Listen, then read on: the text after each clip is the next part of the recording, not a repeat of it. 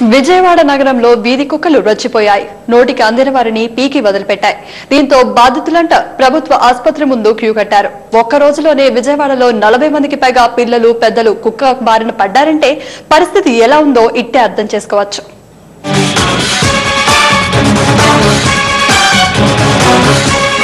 చిన్నపిల్లలపై వీధి కుక్కల దాడులు ఆగడం లేదు. విజయవాడ నగరంలోని పలు ప్రాంతాల్లో కుక్కలు చెలరేగిపోతున్నాయి. ఒక్క పెనుమలూరు మండలంలోని శాంతినగర్ లో ఒకే కుక్క 7 చిన్నారులను కరిచి రక్తసిక్తం చేసింది. తల్లిదండ్రులు తమ బిడ్డలను పట్టుకుని బోరున ఏడుస్తూ ఆసుపత్రులకు పరుగులు తీశారు. కండలు పట్టి పీకటంతో చిన్నారులు విలవిల్లాడిపోయారు. నగరంలోని ప్రకాశ్ నగర్ ప్రాంతంలో మరో కుక్క 4 కరిచింది. బాధితులంతా ప్రభుత్వ ఆసుపత్రికి రావడంతో ఆసుపత్రిలో చిన్నపిల్లల రోదనలు, వేదనలతో నిండిపోయింది. ఇప్పుడు ఈ అమ్మాయి కరిసింది, ఆడుకుంటుంటే కరిసింది. ఎక్కువ ఉంటుంది ఆయన, అంత ముందు లేవు, ఇప్పుడు బాగుంది. ఎవరు పట్టిస్తోట్లేదు. ఇద్దరిని కరిసిందండి మా ఏరియాలో. ఏమి వేయలేదండి, ఇద్దరిని కరిసింది. కరుస్తున్నాయి రోజు. ఆయన పడుతున్నాయండి బండిలు వెళ్తుంటే. పిల్ల ఆడుతుంటే పడిందండి. ఆడుకుంటుంది పిల్ల, వచ్చి పొడిచేసింది కుక్క. నగరంలో ఏ మూల చూసినా కుక్కలు పెద్ద ఎత్తున పెరిగిపోయి రోడ్డు వెంట పోయే వారిపై ఎగబడుతున్నాయి. ఈ విషయం మున్సిపల్ అధికారులకు పదే పదే చెప్పినా ఎవ్వరూ పట్టించుకోవడం లేదని బాధితులు వాదన. ప్రకాశ్ నగర్ నుండి వచ్చిన బాధితులంతా ఇదే విషయం చెప్తున్నారు. తాము తమ వీధిలో ఉన్న కుక్కలు ఏదో ఒక రోజు తమ పిల్లలను బలి తీసుకుంటాయని భయపడుతూనే ఉన్నామని ఆవేదన వ్యక్తం చేశారు. బళ్ళు మీద వెళ్ళినా కంటపడుతున్నాయి కుక్కలు, సైకిల్ వేసుకుని వెళ్ళినా అంటపడతా ఉంటాయి కుక్కలు. బళ్ళు మీద వెళ్తున్నారు ఒకసారి కాళ్ళు పైకి ఎత్తుకుని తోలాల్సి వస్తుంది. గబా గబా వెనక వచ్చేస్తున్నాయి పట్టుకుంటానికి. ఈ రోజు పొద్దున్న నుంచి వాళ్ళ 2 కరిచింది సార్ మా ఏరియాలో. పొద్దున ఒక పాప కరిచింది, ఇప్పుడు కూడా పాప ఒకే కుక్క. అంటే పారిపోతుంది సార్ కుక్క, అది ఎవరికి దొరకట్లా, ఎవరు పట్టించుకోవట్లేదు కదా. ఇప్పుడు మేము పనులకు వెళ్తాం, ఇప్పుడు వచ్చాం రాగానే ఇలా జరిగిందని 12 మాకు తెలిసిన గబగబా వచ్చాం. మరి ఇప్పుడు వెళ్ళిన తర్వాత హాస్పిటల్ తీసుకొచ్చాం. మరి ఆ కుక్క గురించి ఇప్పుడు ఏదో కంప్లైంట్ పెట్టి కాగా కుక్కలు కరిచిన తర్వాత ఆసుపత్రికి వచ్చి ఆందోళన చెందితే ప్రయోజనం ఏమీ ఉండదని, అసలు కుక్కలు కరవకుండానే జాగ్రత్తలు తీసుకోవాలని సిబ్బంది, సామాజిక కార్యకర్తలు కోరుకుంటున్నారు. మున్సిపల్ అధికారులు మేల్కొని కుక్కలను అరికడితే ఈ బాధలు ఉండవని వారంటున్నారు. ఒక్కసారిగా 10ల సంఖ్యలో క్షతగాత్రులు వస్తే అందరికీ వైద్యం చేయడం కూడా కష్టమవుతుందని తెలిపారు. ఒక్క రోజులో 40 మంది రావటం అంటే కుక్కల తీవ్రత ఎంతగా ఉందో మున్సిపల్ అధికారులు అర్థం చేసుకోవాలని వారు కోరుతున్నారు. కుక్కలు కరిచినాయని హాస్పిటల్ మీద పడి హాస్పిటల్ దగ్గరకు వచ్చి కుక్కలు కరిచినాయని గొడవలు చేశాకంటే కుక్కలు కరవకుండా ఉండడానికి, కుక్కల్ని కొంతవరకు అరికట్టడానికి మరి గవర్నమెంట్ చర్యలు తీసుకోవాలి. మున్సిపాలిటీ వాళ్ళు కూడా ఇంతకుముందు ఫోన్ చేయగానే గబాలను వచ్చి కుక్కల్ని ఎక్కించుకెళ్లేవాళ్ళు. ఇప్పుడు అసలు రావట్లేదు, ఫోన్ చేసినా అసలు కుక్కల్ని ఎక్కడికి తీసుకెళ్లే పని లేదంటున్నారు. మరి దీన్ని బట్టి మీ ద్వారా మరి గవర్నమెంట్ కి రిక్వెస్ట్ చేసేది ఏంటంటే కుక్కల్ని కొంతవరకు అరికట్టి, కుక్కలను కరవద్దంటే కరువు. రాత్రులు కూడా బండి మీద వెళ్తుంటే ఆటోలు వెళ్ళిన మీద పడుతున్నాయి. ఇప్పటికైనా అధికారులు, నగరపాలక సంస్థ పాలకవర్గం మేల్కొనాలి. పిల్లలను ఆ వంతున కుక్కలు పట్టి పీకుతుంటే మాకెందుకులే అనుకుంటే సిగ్గుచేటే. కనీసం పిల్లలు రోడ్లపైనే ఆడుకునే స్వేచ్ఛ కూడా కల్పించలేకపోతే వారిక ప్రజలకు ఏం సేవలు చేస్తున్నారో ఆలోచించాలి. నగరంలో కుక్కల స్వైర విహారంపై మరింత సమాచారం విజయవాడ నుండి మా ప్రతినిధి సుబ్బారావు అందిస్తారు. Thank you. రాష్ట్రంలో కుక్కలు ప్రజలను భయాందోళనకు చేస్తూ ఉన్నాయి, భయపెట్టేస్తూ ఉన్నాయి. రోడ్డు మీదకి వస్తే వెంటబడి ఖర్చేస్తూ ఉన్నాయి, పీకేస్తూ ఉన్నాయి. పిల్లలైతే కనుక ప్రాణాలు పరిస్థితి వస్తూ ఉంది. మొత్తం చూస్తూ ఉంటే కనుక రాష్ట్రంలో దాదాపుగా గత 4 రోజుల నుంచి పిచ్చి కుక్కలు కావచ్చు, ఇది కుక్కలు కావచ్చు పెద్ద ఎత్తున స్వైరవిహారం చేస్తుంటే ఇటు పాలకులు కావచ్చు, మిగిలినటువంటి వాళ్ళు ప్రభుత్వం కావచ్చు, లోకల్ బాడీస్ కావచ్చు, ఏవి కూడా పెద్ద ఎత్తున పట్టించుకోవట్లేదు. దీంతో ప్రజలంతా కూడా చాలా తీవ్ర స్థాయిలో చేస్తున్నారు. అసలు కుక్కలు వేసవికాలంలో అసలు కుక్కలు ఎందుకు ఈ వంతున ఎగబడి కలుస్తూ ఉన్నాయి? గతంలో ఇటువంటి సంఘటనలు కంటిన్యూస్గా లేనప్పుడు కూడా ఈ మధ్య ఇటీవల కాలంలో ఎందుకు మనతో మాట్లాడేందుకు జీవకారణ సంస్థ అయినటువంటి వెంకటేశ్వర ఆయన మాట్లాడదాం. నమస్కారం వెంకటేశ్వర గారు. నమస్తే సార్. అసలు కుక్కలు ఎగబడుతున్నాయి, రోడ్డు మీద రావాలంటే భయం పుట్టే పరిస్థితి వచ్చేసేసింది. చాలా బీతాహ పరిస్థితి. చిన్నపిల్లలు, నెలల పిల్లల దగ్గర నుంచి అసలు కొంతమంది చంపేసి కూడా కుక్కలు మీద పడి పీకేసేసి. ఏంటి అసలు ఎందుకు ఈ పరిస్థితి వాతావరణం వస్తుంది ఇప్పుడు? జనరల్గా ఈ సమ్మర్లో ఆహారం లేకపోవటం, వాటికి సరైనటువంటి మంచినీళ్ళు లేకపోవటం, ప్రజల నుంచి ఆదరణ లేకపోవటం, బలహీనమైనటువంటి పరిస్థితుల్లో మరి కొంతమంది ప్రజలు వాటిని రెచ్చగొట్టేటువంటి ప్రయత్నం జరుగుతూ ఉంది. జనరల్గా మనం గమనిస్తూనే ఉన్నాం. చాలామంది పిల్లలు రాళ్ళు విసరటం, వాటిపైన వాటిని రెచ్చగొట్టడం అనేటువంటిది మనం చూస్తూనే ఉన్నాం. మరి రెచ్చగొట్టడం ఎప్పుడైతే జరుగుతుందో ఆటోమేటిక్గా ఆహారం లేక డొక్కలు ఎండిపోయి రోడ్ల మీద తిరుగుతూ నీరసించిపోయినటువంటి అవి చాలా కోపానికి గురి అయ్యి వాళ్ళ మీద పడేటువంటి ప్రమాదం ఉంది.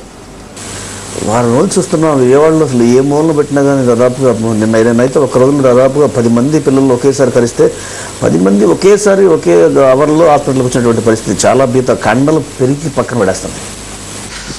జనరల్గా కుక్కలు వాటంతటికి అవి కరిసేటువంటి అవకాశాలు చాలా తక్కువ ఉంటాయండి. వాటి జోలికి పిల్లలు వెళ్లకుండా ఉండాలి. ఇదే రకంగా ఢిల్లీ హైకోర్టు ఒక తీర్పు ఇచ్చింది. ఏంటంటే మరి కుక్కలకి ఆహారం పెట్టండి, వాటి ద్వారా ఆహారం పెట్టేప్పుడు చిన్నపిల్లలతో కూడా పెట్టించండి. ఆహారం మీరు పెట్టేప్పుడు ఎప్పుడైతే చిన్నపిల్లలతో మీరు పెట్టిస్తారో ఈ కుక్కల పైన పిల్లలకి జాలి పెరుగుతుంది. అదే రకంగా కుక్కలకి పిల్లల మీద మంచి అభిప్రాయం కలుగుతుంది. కాబట్టి సత్సంబంధాలు ఏర్పడుతుంటాయి. అందువల్ల కుక్క కరిసేటువంటి అవకాశం ఉండదు. అది ప్రేమ పెరిగి ఈ పిల్లల్ని స్కూల్ దాకా కూడా తీసుకెళ్తుందని చెప్పేసి మరి ఢిల్లీ హైకోర్టు కూడా తీర్పు చెప్పింది. దాన్ని బేస్ చేసుకుని dog feeders and colony animal care taker అని చెప్పేసి ఒక ఐడి కార్డులు కూడా గవర్నమెంట్ మనకు ప్రొవైడ్ చేస్తూ ఉన్నది. కాబట్టి ప్రజల్లో దాతృత్వ గుణం పెరగాలి. వాటికి కూడా ఆహారం పెట్టేటువంటి విధంగా ప్రజలు తయారైతే కుక్క చాలా విశ్వాసమైనటువంటి కుక్కకి ఒక్కసారి బాగానే ఉంది. కుక్క విశ్వాసం అని చెప్తే ఎవరు కాదంటలేదు. కానీ ఇళ్ళలోకి మీద పడి పిల్లలు నా వంతున పరికి పీకి వేస్తా ఉంటే అసలు వీధి కుక్కలు విపరీతంగా పెరిగిపోయినట్టు. ఒక్కొక్క వీధిలో దాదాపుగా 20 నుంచి 30 కుక్కలు ఉంటే విశ్వాసం గల జంతువు దానికి ఆహారం పెడతాం కోసం దాతృత్వం ప్రజలు ఎవరు ముందుకు వస్తారు. అయితే ఇప్పుడు పీసీ యాక్ట్ 1960 ప్రకారం కుక్కలను చంపడం అనేటువంటిది నేరం. కానీ ఇప్పుడు దానికి పరిష్కారం చంపడం నేరమే, కానీ ఆ కుక్కలు మనుషులు కరవడం నేరంగా. అవునండి, చెప్తున్నాను. అది కుక్కల సంస్థ ఎందుకు పెరిగింది అని అంటే దీనికి పూర్తిగా 50% ప్రజలు 50% ప్రభుత్వం బాధ్యత వహించాలి. కారణం ఏంటంటే 2001 మరి డిసెంబర్ 24న బర్త్ కంట్రోల్ ఆపరేషన్స్ చేయాలని చెప్పేసి మరి గవర్నమెంట్ పార్లమెంట్లో చట్టం చేసి ఉంది. ఆ చట్టాన్ని ఆచరించి మరి కనుక బర్త్ కంట్రోల్ కనుక జరిగేటట్టయితే కుక్కల సంతతి క్రమేణా తగ్గిపోతూ ఉంటుంది. కానీ బర్త్ కంట్రోల్ చేయడానికి మరి ఎవరు కూడా ప్రభుత్వం కూడా ఎక్కువగా పూర్తిగా సహకరించలేకపోతుంది. మరి వాళ్ళ దగ్గర ఉండేటువంటి ఫండ్స్ సరిపోయినంత సఫిషియెంట్గా లేకపోవడం ఒకటి. అట్లాగే మరి ప్రజల నుంచి కూడా మంచి సరైనటువంటి పాజిటివ్ స్పందన లేకపోవడం జరుగుతూ ఉన్నది. కుక్కలనేమో జీవకారుణ్య సంస్థలు మీలాంటి వాళ్ళు చంపనివ్వరు. మున్సిపల్ కార్పొరేషన్ అధికారులేమో వాటికి ఆపరేషన్లు చేయించరు. ఇక ప్రజలేమో డబ్బులు ఇవ్వాలంటున్నారు. ఇవన్నీ పరిష్కారం అయ్యే సమస్యలేనా? ఇవన్నీ ప్రతిదీ కూడా మన చేతుల్లోనే ఉందండి పరిష్కారం అనేటువంటిది. మరి చంపనివ్వకపోవడం చట్టం అనేటువంటిది ఉంది. చట్టం చంపడం అనేటువంటి పరిష్కారం కనుక అయ్యేటట్టయితే మరి అనేక రకమైనటువంటి మన ప్రజల్లో కూడా ఎన్నో రకాలైనటువంటి కూలీలు జరుగుతున్నాయి, ఎన్నో రకాలైనటువంటి రుగ్మతలు జరుగుతున్నాయి. వీటన్నిటికీ కూడా చంపడమే పరిష్కారం కాదు. అవంశం తెలియని పిల్లలు ఖర్చు పీక వదిలి పెడతా ఉన్నాయి. వాటిని చంపడం అనేటువంటిది కాదండి, బర్త్ కంట్రోల్ చేయాలి, యాంటీ ర్యాబీస్ చేయాలి. యాంటీ ర్యాబీస్ కి ఎందుకు హాస్పిటల్లో యాంటీ ర్యాబీస్ లేదు, హాస్పిటల్కి వెళ్తుంది. యాంటీ ర్యాబీస్ విజయవాడ లాంటి ఆసుపత్రుల్లో మినహా ఈ రాష్ట్రంలో కావచ్చు, ఈ జిల్లాలో కావచ్చు, చాలా జిల్లాల్లో చాలా పిహెచ్సిల్లో అసలు యాంటీ ర్యాబీస్ వ్యాక్సిన్స్ లేవు. వ్యాక్సిన్స్ అనేటువంటిది చాలా కొన్ని సార్లు ఉంది, గవర్నమెంట్ కూడా ప్రొవైడ్ చేస్తూనే ఉన్నది. ఆ విషయంలో తప్పలేదు. ఇప్పుడు మీరు గవర్నమెంట్ హాస్పిటల్కి వెళ్ళండి. విజయవాడ గవర్నమెంట్ హాస్పిటల్లో ఈ జిల్లాలో దాదాపుగా 50 మండలాల్లో కుక్కలు పెద్ద ఎత్తున తిరుగుతామంటే ప్రతి ఒక్కరు కూడా విజయవాడ ఆసుపత్రికి రావాలా? అయితే ఒకప్పుడు ఈ సమస్య అనేటువంటిది ఉత్పన్నం కాలేదు గతంలో. ఇప్పుడు ప్రెజెంట్ వచ్చింది కాబట్టి మున్సిపల్ కార్పొరేషన్ కానీ గవర్నమెంట్ కానీ ఈ కుక్కల యొక్క మెనాస్ కోసం సెపరేట్గా అనేటువంటి ఫండ్ ఎక్కడ కూడా కేటాయించట్లేదు, ప్రజల నుంచి కూడా తీసుకోవటం లేదు. ఇప్పుడు ఉదాహరణకి ఇప్పుడు ఈరోజు ఇంటికి వచ్చి చెత్త కలెక్ట్ చేస్తూ ఉన్నందుకు చెత్త పన్ను సెపరేట్గా వేస్తూ ఉన్నారు. అట్లాగే ఇప్పుడు ఈ డాగ్స్కి అయ్యేటువంటిది lakhs crores of rupees invest చేయాల్సినటువంటి పరిస్థితి వస్తుంది. దీంట్లో ప్రజల సహకారం అనేటువంటిది పూర్తిగా అవసరం. ఎందుకంటే మరి వీటిని రక్షించుకోవాల్సినటువంటి వాళ్ళంతా కూడా ప్రజలే కాబట్టి ప్రజల నుంచి ఎంతోమంది దాతృత్వ గుణంగా ఉంటే కోటీశ్వరులు మన విజయవాడ నగరంలో కానీ మరి ఎక్కడైనా సరే మన భారతదేశంలో చాలామంది ఉన్నారు. వాళ్ళు ఒక 100 కుక్కలకి నేను దాతృత్వంతో నేను సహాయపడతాను, బర్త్ కంట్రోల్కి నేను ముందుకు వస్తానని చెప్పేసి ముందుకు కనుక వచ్చేటట్టయితే తప్పకుండా మన విజయవాడ నగరంలో కుక్కలైనటువంటిది లేకుండా పోతుంది. అంటే సగటు జీవులు కావచ్చు, మధ్యతరగతి వాళ్ళు కావచ్చు, పేదవాళ్ళు కావచ్చు, సహజంగా వీటికి కాటుకు గురవుతున్నంత కూడా పేదవాళ్ళే. మీరు చెప్పినట్టుగా దాతృత్వం ఉన్నటువంటి దాతల స్థాయిలో ఉన్నటువంటి వాళ్ళు ఎవరు కార్లు తిరిగేవాళ్ళు మిడిల్ నగల మధ్యలో ఉన్నటువంటి వాళ్ళు ఎవరు గురి కావట్లేదు. చిన్న రోడ్ల మీద చిన్న పిల్లలు, అమాయకమైనటువంటి పిల్లలు గురవుతున్నారు, వీటి బారిన పడుతున్నారు. మరి వీటికి మున్సిపాలిటీ వాళ్ళు ఈ ప్రజల కోసం తప్పకుండా రావాలండి. అమెరికా లాంటి కంట్రీస్లో కూడా మరి అక్కడ నుంచి ప్రజల నుంచి వచ్చినటువంటి డొనేషన్స్తో వాటితోనే వాళ్ళు కంట్రోల్ చేసుకోగలుగుతున్నారు. కానీ ఆ దేశ గవర్నమెంట్ ఎక్కడ కూడా ఫండ్స్ అలాట్ చేయలేదు. ఆస్ట్రేలియా లాంటి కంట్రీస్ కూడా అంతే. ప్రజల నుంచి వచ్చినటువంటి దాతృత్వంతో ఆ దేశంలో ఉండేటువంటి జంతువుల్ని రక్షించుకోగలుగుతున్నారు. ప్లస్ ఆ దేశంలోనే కాకుండా మన భారతదేశం కూడా వచ్చేసి సిక్కిం రాష్ట్రం లాంటి వాటిని కూడా దత్తత తీసుకుని వాళ్ళు birth control operations, anti rabies కూడా చేస్తున్నారు. మరి అంత విదేశాల నుంచి వచ్చి మన ఇండియాలో వచ్చి చేస్తూ ఉన్నప్పుడు మరి మనం ఎందుకు మన యొక్క ప్రజలు నుంచి ఎందుకు ఆ స్పందన రావటం లేదు? ఆ స్పందన తెచ్చుకోవాలి. మనం అందరం కూడా మరి ప్రజల కోసం ఎవరైతే పాటుపడేటువంటి వాళ్ళు చాలామంది ఉన్నారో, అందులో కోటీశ్వరులు, ధనికులు ఎవరైతే ఉన్నారో, ప్రజల కోసం దాతృత్వాన్ని సేవ చేయగలిగేటువంటి వాళ్ళు ఉన్నారో వాళ్ళందరూ ముందుకు వచ్చినప్పుడు తప్పనిసరిగా మనం గవర్నమెంట్ మీద ఎవరి మీద ఆధారపడాల్సిన పని అవసరం లేదు.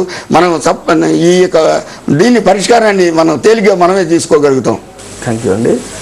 మొత్తం మీద ఒకటి చెప్తా ఉన్నారు, కుక్కలను నియంత్రించడం అనేది వాటికి ఒక కుటుంబ నియంత్రణ ఆపరేషన్ల ద్వారానే చేయాలి. ఖచ్చితంగా వాటిని కాపాడుకోవాలి. ఎందుకంటే మానవుడికి అత్యంత విశ్వసనీయమైనటువంటి స్నేహితుడిగా జంతువు అనేటువంటి ఏకైక జీవి కుక్క. కాబట్టి ఆ కుక్కని మనం చంపుకోవడం అనేది పద్ధతి కాదు. కుక్కలు కరుస్తున్నాయి అంటే, ఎగబడి కరుస్తున్నాయి అంటే దానికి విపరీతమైనటువంటి స్ట్రెంగ్త్ పెరిగిపోతాం. అదేవిధంగా వాటికి వేసవికాలం లాంటి ఈ సమయాల్లో ఆహారం, అదేవిధంగా తాగునీరు సమకూర్చకపోవడం వల్ల కూడా ఇటువంటి అవకాశాలు ఉన్నాయని చెప్తున్నారు. మరో పక్క చూసుకుంటే కనుక కుక్కలను కాపాడుకోవాల్సినటువంటి బాధ్యత స్థానికంగా ఉన్నటువంటి ప్రతి ఒక్కరిపైన కూడా ఉంటుంది. అదేవిధంగా సంపన్నులు ముందుకు వచ్చి కుక్కలకు కుటుంబ నియంత్రణ చేసేది కూడా పూర్తిగా ఆర్థికంగా కూడా సహకరిస్తే కనుక కుక్కల నియంత్రణ అనేది క్రమక్రమంగా దశల వారీగా జరిగిపోయి పూర్తిగా కూడా తర్వాత కుక్కల యొక్క ఇబ్బందులు లేకుండా పోతాయి అన్నారు. ప్రస్తుతం చూసుకుంటే కనుక కుక్కల బెడద నుంచి ప్రజలను కాపాడేందుకు మున్సిపల్ కార్పొరేషన్ అధికారులు కూడా తమ వంతు బాధ్యతలు చాటుకోరుతా ఉన్నారు. ఇది పరిస్థితి. Out studio.